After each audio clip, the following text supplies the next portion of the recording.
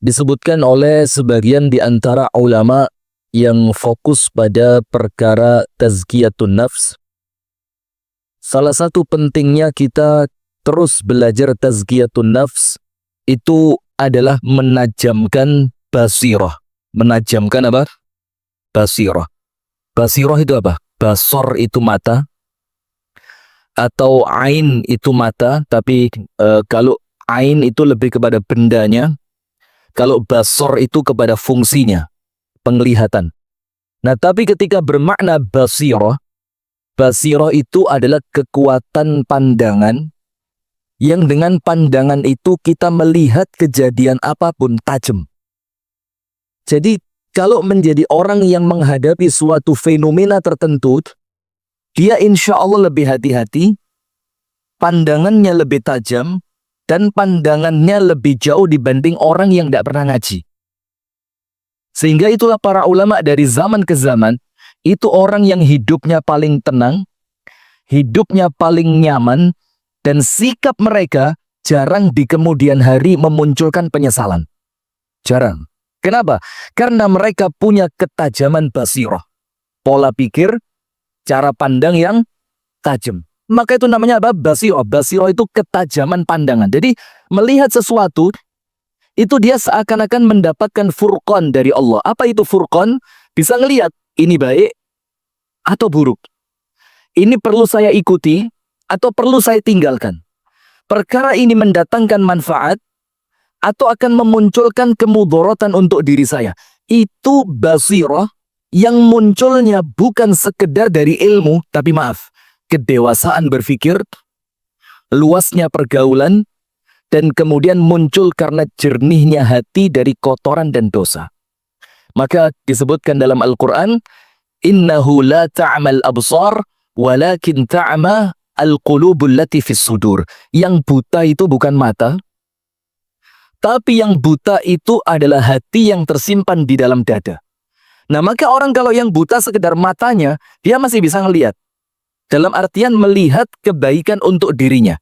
Tapi kalau yang sudah buta adalah hatinya, karena kallabal rana ala qulubihim ma kanu yaksibun. Hatinya tertutup dengan ran. Ran itu bukan bensin, ron berapa, bukan. Ran itu artinya penutup yang menghalangi hati dari pandangan basirah. Kallabal, Allah katakan itu menjadi apa? Ran, hatinya tertutup. Ala qulubihim, di dalam hati mereka, makanu yaksibun, atas apa yang mereka lakukan. Nah, maka para ulama mengatakan orang apabila ingin memiliki ketajaman berpikir, ketajaman pandangan, ketajaman di dalam menilai sesuatu, tidak boleh berhenti membersihkan hati dari kotorannya. Nah, maka salah satu yang kita harapkan dari pengajian tazkiyatun nafs ini adalah apa? Menajamkan pandangan supaya kita tidak gampang tertipu. Nah, maka itu salah satu yang kita harapkan dari mengkaji tazkiyatun nafs, pensucian jiwa. Barakallahu fikum. Kita lanjutkan hadirin sekalian, silakan ibu-ibu dan jamaah sekalian buka pada halaman yang ke-53. Ketika disebutkan oleh Asy-Syaikh Ad-Duktur Ahmad Farid hafizahullahu taala perkara-perkara yang menjadi asupan gizi untuk hati kita. Yang pertama dikatakan di sana apa? Zikrullah. Dan zikir ini sudah paling top. Bahkan dikatakan anja min azabillah. Tidak ada perkara yang paling menyelamatkan dari azab kecuali zikir. Artinya apa? Yang paling kuat, tameng yang paling hebat untuk menolak datangnya bala, itu zikir namanya. Anja min azabillah. Maka orang kalau lisannya senantiasa zikir, orang yang paling selamat ketika hidup di dunia. Ngelihat sesuatu, zikir. Sedang duduk, zikir. Alladzina yadhkurunallaha qiyaman wa qu'udan wa ala junubihim. Yaitu orang yang senantiasa zikir kepada Allah qiyaman, ketika dia sedang berdiri. Berdiri artinya apa? Bisa jadi fisiknya berdiri, bisa jadi sedang beraktivitas. Tetap zikir. Maka Amirul Mukminin Ali ibnu Abi Thalib radhiyallahu anhu ketika ditanya, bagaimana keadaan orang zikir yang paling keren? Apa jawabannya Amirul Mukminin Ali ibnu Abi Thalib? Dikatakan zikir fil arkan. Zikir ketika semua tubuh kalian bergerak. Karena orang kalau pas kerja tidak pakai zikir, ngawur kerjanya. Orang ketika berumah tangga tidak pakai zikir, rusak rumah tangganya. Orang ketika melakukan apapun, baik perkara duniawi maupun ukhrawi, tapi kemudian kehilangan zikir, maka tidak baik hasil akhirnya. Alladzina yadhkurunallaha qiyaman wa qu'udan. Qu'ud artinya apa? Duduk. Duduk artinya apa? Ketika dia sedang berhenti dari aktivitas pergerakan. Jadi duduknya itu tafakkur. Duduknya apa? Tafakkur. Duduk dia, hatinya berzikir. Duduk dia, pikirannya berpikir. Duduk dia, tapi lisannya tidak berhenti dari zikir. Wa ala junubihim. Bahkan pun ketika mereka berbaring. Apa maksudnya? Ketika mereka istirahat pun tidak pernah terhenti dari zikir. Apa dalilnya? Ada doa sebelum tidur. Gitu apa mboten? Ada doa ketika ngelilir. Ngelilir itu terbangun sejenak ketika tengah-tengahnya sedang tidur. Dan ada doa ketika bangun tidur. Nah, itulah orang yang paling selamat dari azabnya Allah Subhanahu wa ta'ala. Nah, maka disebutkan dalam kitab Al-Wabilus Sayyib, Al-Imam Ibnul Qayyim mengatakan di antara faedah zikir, nomor 1, zikir itu makanan pokoknya hati. Sebagaimana makanan pokoknya fisik itu apa kalau orang Indonesia? Nah, keumumannya apa? Nasi. Yang kedua, zikir dapat mengalahkan setan. A'udzubillahi minasy syaithanir rajim. Begitu pula ketika Abu Hurairah menjaga Baitul Mal, kemudian kok secara 3 hari berturut-turut harta di Baitul Mal berkurang. Dalam keadaan gemboknya tidak rusak, pintunya tidak rusak, jendelanya tidak rusak. Singkat cerita, pada hari ketiga, Abu Hurairah masuk ke dalam untuk nunggoni malingi di jero. Ditunggu, ternyata pencurinya seekor jin. Kok seekor? Sebatang. Seonggok. Sebutir. Sehelai. Ngawur ke HP. Ternyata pencurinya apa? Sesosok jin. Paling aman sesosok. Sesosok jin. Ditangkap. Wallahu a'lam cara nangkepnya bagaimana. Saya belum pernah baca syarah tentang hadis ini. Ditangkap sama Abu Hurairah. Apa yang terjadi? Dibilang, kamu tak laporin sama Nabi Muhammad, biar kamu dihukum. Apa kata jinnya tadi? Jangan. Dinego, ya, ada negosiasi. Kata jinnya, gini aja wis. Lepasin saya. Kamu tak kasih satu ilmu, yaitu bacaan zikir dari Al-Quran, yang apabila engkau baca, maka aku dan bangsaku tidak bisa ganggu kalian. Masuk ke rumah kalian tidak bisa, ngambil barang kalian tidak bisa, kemudian menyakiti kalian pun tidak bisa. Kemudian kata Abu Hurairah, bolehlah, ayo bismillah. Apa ternyata kata jinnya tadi? Ucapkan Allahu la ilaha illa huwal hayyul qayyum, yaitu ayat kursi. Ada yang tanya, loh Ustaz, itu jinnya baca ayat kursi kok tidak kobong? Ini saya juga tidak ngerti, jangan tanya sudah. Ya, karena ini prosesnya proses belajar mengajar ini. Nah, sudah, akhirnya apa yang terjadi? Oleh jin tadi diberitahu ayat kursi yang akan menyelamatkan mereka manusia dari bangsa jin. Besok harinya dilaporin sama Nabi Muhammad. Kata Abu Hurairah, tadi malam saya nangkep jin begini, singkat cerita saya tangkap, tapi minta dilepas. Dengan syarat saya diajarin satu zikir Al-Quran yang menyelamatkan dari bangsa mereka. Apa kata Rasulullah yang diajarkan kepadamu? Aku diajari untuk membaca ayat kursi. Apa kata Nabi Muhammad SAW? Sadaqaka wa huwa kadzub. Kali ini dia ngomong benar, padahal biasanya pembohong. Jadi kata Nabi Muhammad apa? Kali ini sadaqaka, dia mengatakan kebenaran untukmu. Wa huwa, dalam keadaan kebiasaannya dia kadzub. Kadzub itu apa? Bukan kadzab lagi udah. Kadzub itu bohong dengan mubalaghah. Jadi lebih banyak bohongnya dibanding ngomongnya. Nah, maka zikir dapat menyelamatkan. Yang ketiga, zikir mendatangkan ridho dari Allah. Kalimatan, ada 2 kalimat, ringan di lisan, berat di timbangan, dicintai oleh Allah yang Maha Rahman. Subhanallahi wa bihamdihi, subhanallahil azim. Zikir dapat menghilangkan duka cita. Orang lek sumpek-sumpek, sedih, galau, ndak tahu di kamar ndak enak, keluar ke depan risau, mau jalan sama temen nampaknya yo ndak nyaman, bingung gitu. Susah, tidak orang kalau sudah sumpek itu susah. Maka apa obatnya? Zikir. Zikir dapat menyinari hati dan wajah, memberikan wibawa, kenikmatan, keceriaan bagi orang yang melakukannya. Jadi Allah jadikan kehidupannya itu penuh warna. Bukan warna pelangi tapi ya. Penuh apa? Penuh warna, senantiasa ceria, menyenangkan, bahagia. Kemudian Allah juga akan mengingat hamba yang mengingatnya. Ini oleh Allah dibalas al-jaza'u min jinsil amal. Apa yang kamu amalkan sesuai dengan balasan yang akan kamu dapatkan. Jadi kalau kamu mengingat Allah, Allah akan apa? Mengingatmu.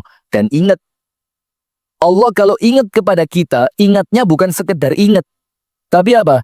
Mengingat Anda dengan pertolongannya, mengingat Anda dengan rahmatnya, mengingat Anda dengan keberkahannya, mengingat Anda dengan ampunannya, mengingat Anda dengan memberikan kemudahannya. Jadi bukan seperti saya ingat Pak Desol atau saya ingat Pak Imam atau yang lain lah. Tapi ketika Allah ingat kepada kita, itu maka Allah curahkan rahmat, maghfirah, pertolongan, kebahagiaan, semuanya Allah berikan kepada orang yang senantiasa diingat oleh Allah. Maka ayatnya berbunyi Al-Baqarah 152, fadhkuruni adzkurkum. Ini langsung. Ingatlah kalian kepadaku, langsung aku ingat kepada kalian, kata Allah. Washkuruli wala takfurun, dan bersyukurlah kalian dan janganlah kalian melakukan kekufuran. Meski zikir terbilang ibadah yang mudah, namun balasan dan keutamaannya tidak sama dengan amalan yang lain. Masih ingat saya bacakan kemarin satu hadis, ala ukhbirukum bi khairi a'malikum, amalan yang terbaik, wa azkaha inda malikikum, yang paling suci ketika kita persembahkan di hadapan Allah, wa arfa'iha fi darajatikum, yang paling cepat ngangkat derajat kalian, wa khairun lakum min infaqiz zahabi wal warik, lebih utama dibandingkan infak emas ataupun perak, wa khairun lakum min an talqaw aduwakum fatadhribu a'naqahum wa yadhribu a'naqakum, lebih baik dibanding berangkat perang kalian bunuh musuh atau kalian yang dibunuh oleh musuh. Ini amalannya luar biasa, lebih baik dari jihad, lebih baik dari emas dan perak, lebih utama dibandingkan amalan-amalan yang lain, kemudian mendatangkan cinta, meninggikan derajat, mengalahkan amalan-amalan yang besar-besar. Ternyata amalan itu apa? Zikrullahi ta'ala. Sampai Rasulullah bersabda ketika berjalan, melihat satu gunung namanya Jumdan. Gunung apa? Jumdan. Rasul bilang, siru. Siru itu Rasul nyuruh sahabatnya cepat-cepat. Siru, siru. Ayo jalan cepat, jangan lembek, kata Rasulullah. Haza Jumdan. Ini gunung namanya Jumdan. Artinya kalian sudah mendekati tujuan kalian. Ayo cepat. Kenapa begitu? Kenapa para sahabat disuruh cepat-cepat? Sabaqal mufarridun. Karena kalian telah didahului, kalau bahasa Jawanya diselip. Nggak mau saya. Diselip. Dilanggar. Pakai sistem itu. Didahului paling aman ya. Kalian telah didahului oleh al-mufarridun. Sahabat Nabi tidak terima, Pak. Lulu. Kami sahabatmu ya Rasul. Kami yang paling dekat dengan dirimu. Kami yang paling menyamai amalanmu. Kok engkau katakan ada yang mendahului kami? Tidak terima sahabat Nabi. Mereka tanya, wamanil mufarriduna ya Rasulullah? Wamal mufarridun? Siapa al-mufarridun, orang yang mendahului kami? Siapa? Maksudnya para sahabat tak uber mereka. Tak kejar mereka. Saya tidak mau ketinggalan sama seorang pun. Itulah ucapannya Imam Hasan Al-Basri. Idza sabaqaka ahadun fi amri dunya fatrukhu. Kalau ada orang ngajak balapan perkara duniawi, tinggalan. Tidak manfaat. Kalau ada orang ngajak saingan perkara duniawi, tinggal aja, kata Al-Imam Al-Hasan Al-Basri. Tidak ada manfaatnya. Semakin kamu menang, semakin berat hisabmu. Semakin kamu kalah, semakin terperosok dirimu. Maka kata Imam Hasan Basri, idza sabaqaka ahadun fi amri dunya atau nafasaka ahadun fi amri dunya fatrukhu fanafishu fil amril akhirah. Ajaklah dia bersaing untuk akhirat. Kelepak-lepak sudah. Buyar ceritanya. Wa fi dzalika falyatanafasil Mutanafisun. Ketika Allah menjelaskan syurga, kenikmatan syurga, minuman-minuman syurga, di akhir ayat Allah katakan apa? Wa fi dzalika, dalam perkara syurga tadi. Falyatanafasil mutanafisun. Hendaklah orang yang berkompetisi, itulah kompetisi terbaik. Maka Imam Hasan Basri bilang, kalau dunia ndak usah rebutan, kalau dunia ndak usah saingan, dunia itu dikejar jatahmu ya tetap, dunia kamu tinggalkan kalau dia jatahmu bakal datang, itu dunia. Nah maka hanya karena mengejar dunia sampai rela khianat, karena mengejar dunia rela berdusta, lah mayanfa, ndak ada manfaatnya sedikit pun. Dunia itu kata Al-Imam Al-Ghazali dalam kitabnya Minhajul Abidina ilal Jannah, itu dikatakan dunia ini Anda kejar tetap, Anda tinggal tetap. Karena urusan uang termasuk takdir yang tidak berubah. Uang itu termasuk takdir yang apa? Tidak berubah. Wajah teko ya teko. Nah maka kalau ada orang ngajak saingan berdunia, tinggal. Apa yang terjadi? Ajaklah dia untuk bersaing pada perkara akhirat. Nah maka begitu. Kemudian disebutkan dalam kitab As-Sahihain Bukhari dan Muslim, Abu Hurairah radhiyallahu taala anhu mengatakan Rasulullah sallallahu alaihi wasallam bersabda, "Man qala, barang siapa mengucapkan." Maka harus punya wirid andalan, Pak. Itulah kalau orang zaman dulu, orang sekarang tidak ngerti, dikira bid'ah. Ada namanya hizib. Hizib itu bagian zikir yang tidak akan kita tinggal untuk diri kita. Terserah mau sibuk, mau sakit, mau repot, mau tidak repot, mau sedang olahraga, mau rekreasi, mau di rumah, mau kerja, hizibnya jangan ditinggal. Dan hizib itu terbagi dua. Hizib minal Quran wa hizib minal azkar. Al-Quran apa yang harus Anda baca. Dan kemungkinannya dua. Entah sekedar jumlah ayat atau jumlah lembar. Atau yang kedua, apa itu? Surat tertentu yang Anda suka baca. Jadi Anda pilih di antara dua ini. Misalkan, Anda bikin hizib harian Anda, wirid harian Anda dari Quran, itu bukan surat tertentu atau ayat tertentu. Tapi lembar tertentu. Sekian lembar, sekian ayat, sekian, misalkan sekian waktu. Ngerti tidak? Sekian waktu itu artinya tidak tergantung lembarnya, tapi pokok saya sebelum berangkat kerja wajib ngaji 5 menit misalkan. Itu namanya wirid harian. Atau boleh jadi dengan apa? Dengan surat tertentu. Saya pokok senang surat ini. Dan itu boleh. Salah seorang sahabat Nabi ngimami sholat. Setiap memulai sholat, itu setelah Al-Fatihah, diawali Al-Ikhlas dulu baru surat yang lain. Jamaahnya protes. Pilih salah satu. Al-Ikhlas saja, surat-surat saja. Kamu nyampur. Mulakhbat hada. Kamu campur ini. Kamu pilih salah satu. Kata imamnya apa? Ya, terserah saya imamnya kok. Loh. Jadi tidak usah nanggepin ruwet-ruwet. Akhirnya jamaahnya tadi ngerti. Tidak ada imam yang lebih baik dibanding dia di tempat kami. Lah kalau dia porek, tidak ada imamnya nanti. Terus bagaimana? Dilaporkan sama Nabi Muhammad. Dibilang imam di tempat kami, bacaan suratnya itu rodok nyeleneh. Bagaimana itu? Kalau umumnya orang, pilih salah satu. Ini dicampur. Al-Ikhlas dulu, baru kemudian baca surat. Rakaat kedua begitu lagi. Al-Ikhlas dulu, baru kemudian baca surat. Maka Rasul tolong diberitahu, dipanggil sama Rasulullah, ditanya, datang kabar kepada saya begini dan begitu. Dia bilang, iya memang. Rasul bilang, ma hamalaka ala dzalik? Kenapa kamu baca Al-Ikhlas terus? Dibilang apa? Surat Al-Ikhlas ini surat yang saya cintai. Karena mengandung sifat-sifat Allah yang Maha Rahman. Qul huwallahu ahad, Allahus samad, lam yalid walam yulad walam yakul lahu kufuwan ahad. Semuanya berbicara tentang Allah. Maka saya senang. Maka kata Rasulullah, hubbuka iyyaha ja'alallahu yuhibbuk. Kecintaanmu pada suratul Ikhlas menjadikan kamu dicintai oleh Allah. Dibolehkan sama Nabi Muhammad pilih surat yang sesuai yang kita condong. Pak, kayak suka saya sama surat ini, kayak enak gitu dibacanya, kayak nyaman, kayak masuk ke dalam. Itu wirid harian minal Quran. Yang kedua, wa minal azkar. Dari apa? Zikir. Dari zikir. Kalau zikir itu Al-Quran termasuk zikir, tapi yang dimaksudkan apa?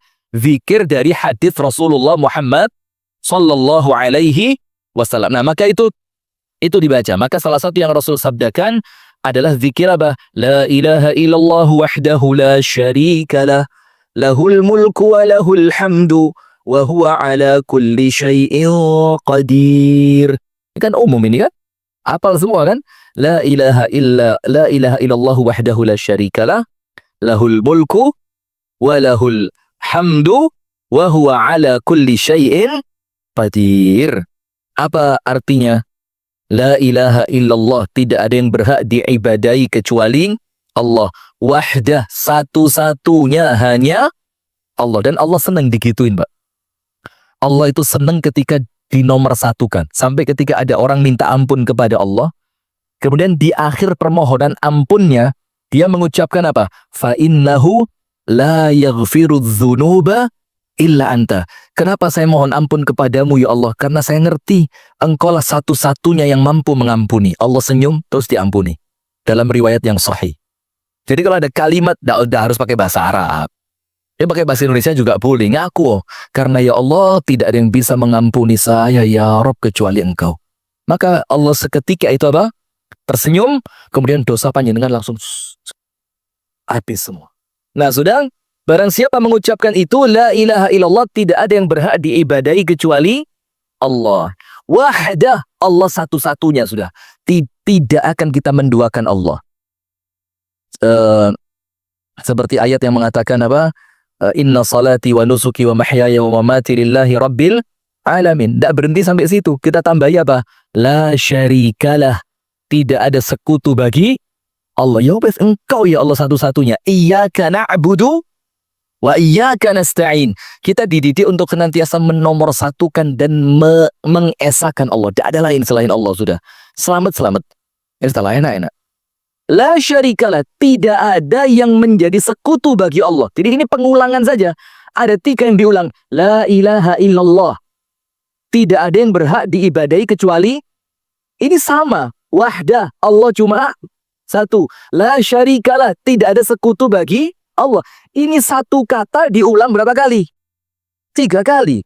Dalam tanda kutip, ini nyenengno Gusti Allah.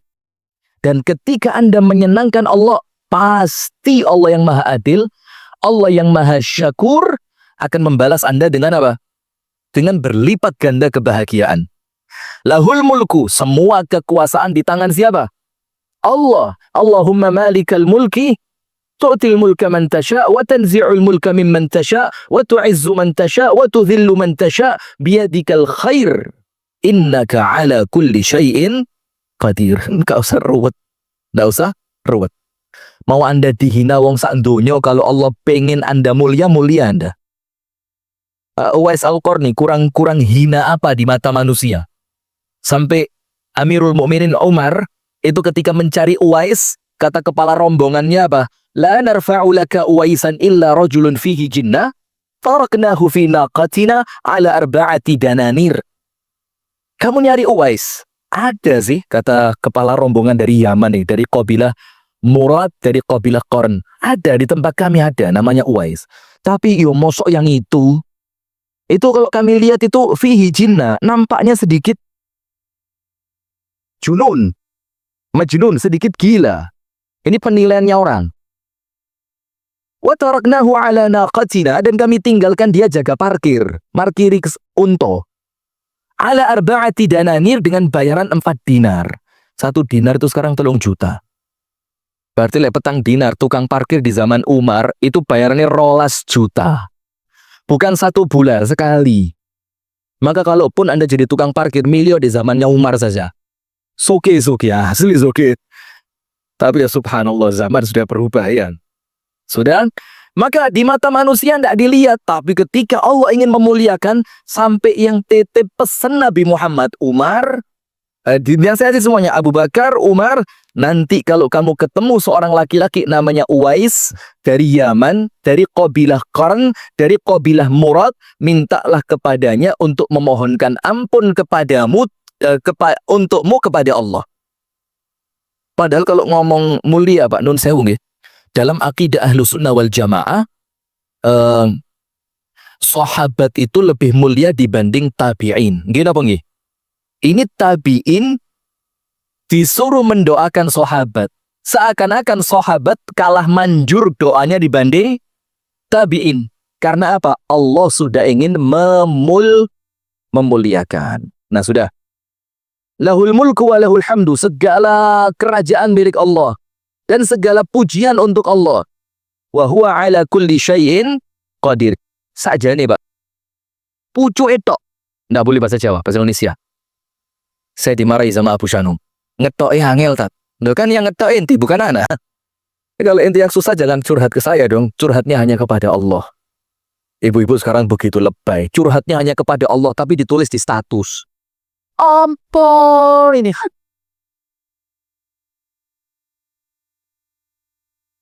Curhat hanya kepada Allah. Dipasang di mana? Minum kopi dulu. Wes, sudah ngomong sama ibu-ibu itu nggak ngarah belas.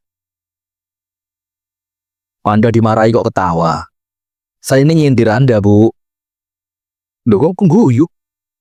Disindir kok tanya guyu. Sudah. Nah maka cukup ujung saja, Bu. Ujung itu penutupnya, zikir ini. Innaka ala kulli syai'in qadir. Sesungguhnya engkau ya Allah ala kulli syai'in qadir, melakukan segala sesuatu maha mampu. Zikir yang lain apa? Allahumma la mani'a lima a'taita wa la mu'tiya lima mana'ta wa la yanfa'u dzal jaddi minkal jaddu. Kalau Allah ngasih, tidak ada yang bisa nolak. Kalau Allah nolak, tidak ada yang bisa memberi. Kenapa begitu? Karena tidak ada kekuatan kecuali milik Allah. Nah, terakhirnya itu bikin Anda tidak perlu menjilat manusia. Kenapa? Karena semua kekuatan di tangan siapa? Allah. Maka Asy-Syaikh Al-Mutawalli Asy-Sya'rawi mengatakan, aqsa adawatu aduwika tanfiz amrillah. Sesuatu terhebat yang bisa dilakukan musuhmu, sing paling hebat yang musuhmu bisa lakukan itu apa? Hanya menjalankan takdirnya Allah untukmu. Selesai. Jadi ngapain takut sama musuh kita itu yang bisa dilakukan sama dia? Cuma apa? Paling hebat yang dia bisa lakukan sekedar menjalankan ketetapan Allah untuk siapa? Untuk kita. Innaka ala kulli syai'in qadir. Maka lihat. Barang siapa membaca zikir ini, la ilaha illallah wahdahu la syarikalah, lahul mulku wa lahul hamdu wa huwa ala kulli syai'in qadir, dibaca 100 kali dalam satu hari. Artinya sampai disebutkan oleh para ulama termasuk Al-Imam An-Nawawi, itu boleh dicicil setiap selesai sholat 20. Oh ini bid'ah ini, nambahi zikir ba'da sholat ini. Ngawur mana, subhanallah. Tidak ada. Sudah bisa dicicil setiap selesai sholat ditambahi 20, 5 kali sholat berapa? Lu kok pinter matematika nih? 100. Nah maka barang siapa membaca zikir ini 100 kali dalam satu hari, artinya 100 di sini minimal. Lebih boleh? Boleh. Setara dengan memerdekakan 10 budak. Dan Anda tahu keutamaannya memerdekakan budak apa? Setiap bagian tubuh budak itu sebagai ganti api neraka untuk Anda. Na'udzubillah. Jadi misalkan begini. Tangan Anda seharusnya oleh Allah diazab di dalam api neraka. Nas'alullah salamu wal afiyah. Maka ketika Anda bebaskan budak, maka seakan-akan oleh Allah tangannya budak tadi tebusan untuk tangan Anda. Maka tangan Anda selamat. Nah kalau budak yang Anda bebaskan kan gak mungkin tangan itu. Budak, regomu piro? 200 juta, tak cicil selawi juta tangan isi. Kan nggak mungkin. Orang beli budak itu kan langsung utuh begitu kan? Nah maka seluruh tubuh Anda dimerdekakan oleh Allah dari api neraka sebagaimana Anda bebaskan dia dari perbudakan. Nah ini bukan cuma satu. Allah sebutkan, Rasul sebutkan seperti memerdekakan 10 orang budak. Insya Allah selamat dari api neraka. Allahumma amin. Kemudian 100 kebaikan ditulis untuknya. 100 keburukan dihapus darinya. Dan bacaan ini menjadi pelindung baginya dari gangguan setan hari itu sampai penutup hari. Sampai tidur. Sampai tidur. Tidak ada seorang pun yang membawa amal yang lebih baik darinya selain orang yang mengamalkannya lebih banyak. Berarti boleh tidak lebih dari 100? Boleh. Karena apa? Ini saingan, Pak. Panjenengan berapa? 100. Saya 112. Kamu 112. Saya 120. Kamu 120, saya 200. Karena apa? Tidak ada yang lebih baik kecuali orang yang membaca lebih dari orang tersebut. Kemudian Jabir meriwayatkan bahwa Nabi SAW bersabda, barang siapa membaca subhanallahi wa bihamdih Subhanallahi wa bihamdi. Maka ditumbuhkan oleh Allah untuknya di surga satu pohon kurma untuk dia. Sekali subhanallah wa bihamdi, satu tanaman Anda keluar. Subhanallah wa bihamdi, satu tanaman Anda keluar. Gini, Anda biar ndak apa kurma aku gak doyan kurma. Kok kayak enakan duren. Memang. Sekarang begini, panjenengan punya tanah. Tanah itu nilainya akan bertambah kalau di dalam tanah pelataran Anda itu ada pohon jatinya, ya Banda? Misalkan jatinya satu dan jatinya tua. Sudah diameternya sudah sampai 50 cm, 60 cm, bahkan lebih dari itu. Maka tanah Anda nilainya tambah atau berkurang? Bertambah, mesti iki tanahnya ombone 5.000, tapi ono jati ini 20. Jatinya 20, maka nilainya bertambah. Nah, begitu pula nilainya. Itu sekedar hitungan duniawi. Dan surga tidak bisa sedikit pun dibandingkan dengan dunia. Jauh lebih baik, lebih tinggi, lebih mulia, lebih hebat. Nah, maka gambarannya itu sudah. Kalau Anda membaca subhanallah wa bihamdi sekali, tiba-tiba tanah Anda itu meromok metu durene sing wis siap panen. Semakin kalau bahasa hadisnya kurma itu sama seperti ketika bahasa Al-Quran menceritakan tentang surga itu kan mengalir di bawahnya sungai-sungai, kemudian ada tanaman-tanaman yang buahnya mendekat kepada kita. Kata orang Jawa, pinggir Roma kayak ngono, masuk surga ngono maneh. Nah, kalau orang desa mikirnya apa? Surga itu mall yang tinggi. Nah, kenapa dengan bahasa seperti itu? Karena yang waktu itu diajak berbicara orang-orang gurun pasir, orang-orang yang tidak pernah ngelihat ijo-ijoan yang keren. Nah, intinya surga itu paling menarik untuk manusia wis dengan apapun gambarannya. Karena apa? Mala ainun ra'at wala udhunun sami'at wala khatara ala qalbi bashar. Itu surga. Tidak pernah dilihat oleh mata, tidak pernah terdengar oleh telinga, dan tidak pernah sedikit pun terbersit di mana? Di hatinya manusia. Berarti apa yang pernah Anda lihat, apa yang pernah Anda dengar, apa yang pernah terbersit dalam hati, surga bukan itu. Intinya apa? Surga itu pasti nikmat. Nah, saya mau tanya dulu. Nikmat surga pertama yang Allah berikan kepada seorang hamba apa? Apa? Kesehatan, ketoro-loro ya. Jadi sesuai dengan pikirannya orang yang sudah apa-apa. Yang pertama yang Allah berikan kepada penghuni surga. Yang pertama kali Allah berikan kepada penghuni surga apa? Wa naza'na ma fi sudurihim min ghil. Ikhwanan ala sururin mutaqabilin. Yang pertama kali Allah beri kepada penghuni surga apa? Kebencian hatinya dicabut sama Allah. Jadi ngelihat semua orang itu bahagia. Wa naza'na ma fi sudurihim min ghil. Kebenciannya sudah dicabut, sehingga ketika masuk surga, atine wis bening, sudah bersih, tidak punya kebencian, semua kenikmatan semakin nikmat. Maka orang yang paling nikmat di dunia, orang yang bisa menghadirkan surga di dalam dirinya. Apa itu? Tidak punya benci sama orang. Latihan, yang tidak bisa ngomong tok, tidak bisa latihan, melihat orang itu cari positifnya. Maka salah satu ciri orang yang hatinya capek apa? Ngelihat orang itu yang dicari jeleknya. Itu ciri orang yang hatinya capek, wayai istirahat. Sementara Nabi Muhammad itu ngelihat pemabuk yang ketangkep untuk yang kesekian kalinya dicambuk, bung, sadar, pulang, mabuk lagi. Cambuk, bung, sadar, pulang, mabuk lagi.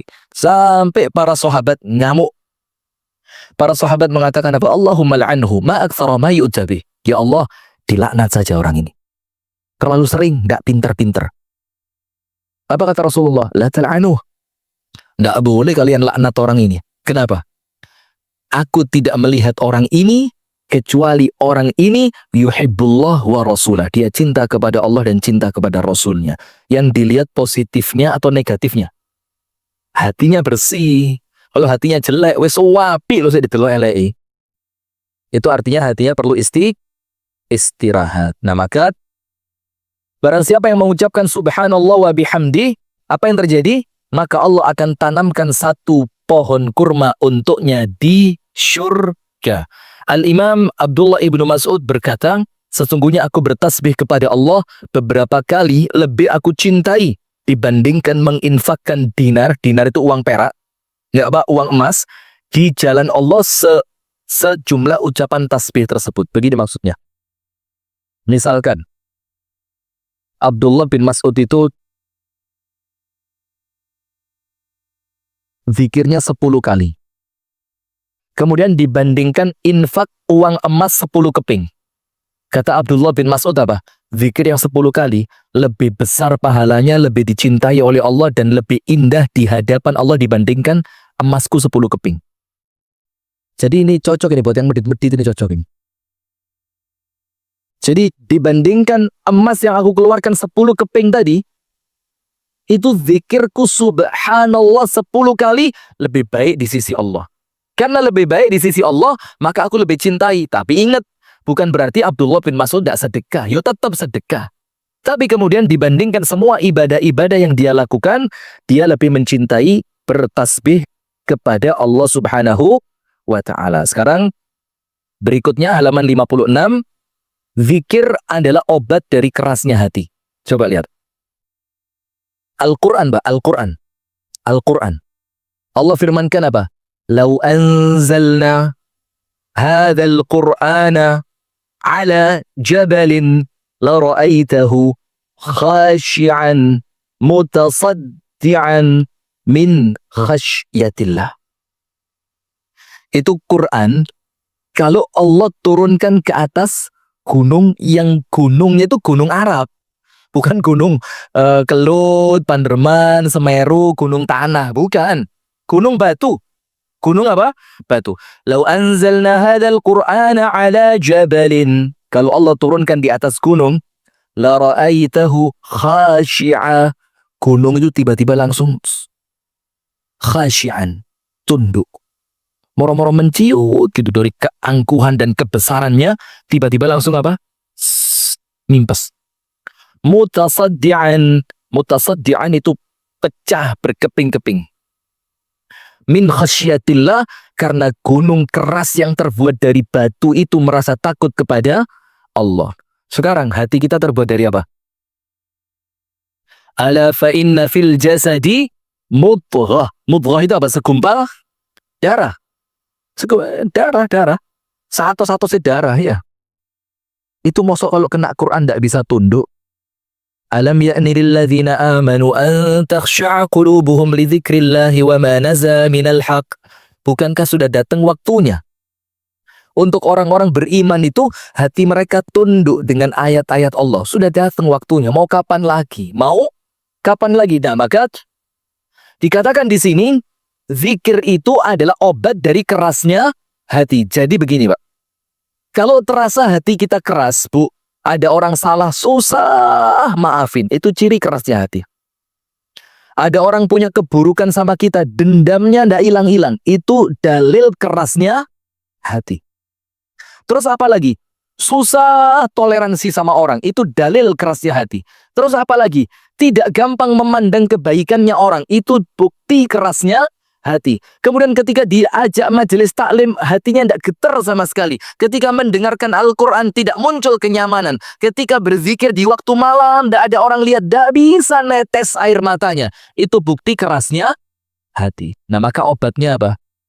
Anda siram dan Anda banjiri hati itu dengan zikir. Pekson. Apa? Pekson itu apa? Iya, ngerti. Itu kan translate-nya. Maksud saya, paksaan yang keras itu, batu saja, ketetesan air, dengan keadaan air yang begitu lemah, dan yang netes itu bukan gerojokan, bukan air terjun, sekedar mungkin 2 menit sekali. Lama-kelamaan apa? Cekok, batu. Lu masuk hati kalau masuk hati ketika digelontor pakai zikir kalah dengan batu. Memang Allah sebutkan dalam Al-Quran, qaswatul qalb. Qaswah itu membatu. Wahiyya kal hijarati au ashaddu qaswah. Bahkan Allah ibaratkan seperti batu, bahkan lebih keras dibanding batu. Tapi kalau kena zikir, ingat, zikir pawangnya hati yang keras. Maka paksa, zikir paksa. Wes, kalau perlu pegangan tasbih, supaya tergerak terus untuk apa? Zikir. Ustadz nanti iri, nanti sombong, ria. Ria itu urusannya Anda dengan Allah, bukan urusannya manusia. Biarin manusia mengatakan Anda ria. Kalau Anda tidak ria, bukan urusan Anda, sudah. Betul apa enggak? Begitu pula sebaliknya, ketika Anda begitu nampak ikhlas, ternyata Allah anggap Anda tidak ikhlas. Ya itu urusannya Allah juga dengan Anda. Maka pakai aja sudah, kalau perlu. Beda sama ulama zaman dulu, Pak. Ngelihat tembok nampak subhanallah, ngelihat gunung nampak masya Allah, ngelihat itu otomatis tilqaiyan, automatically itu keluar. Kalau kita sekarang kadang-kadang perlu pengingat. Ya mungkin pakai butiran tasbih, mungkin pakai apalah sesuatu yang bikin Anda senantiasa ingat.